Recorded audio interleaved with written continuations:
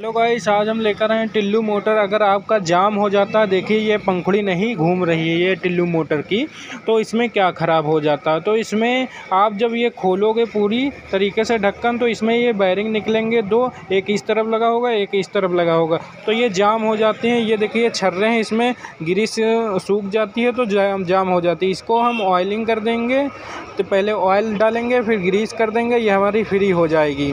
ऐसे गाइस अपना बेरिंग बढ़िया बनाओगे इस वीडियो के माध्यम से, तो अपना ये जाम की समस्या हटा पाओगे। इसी के साथ धन्यवाद।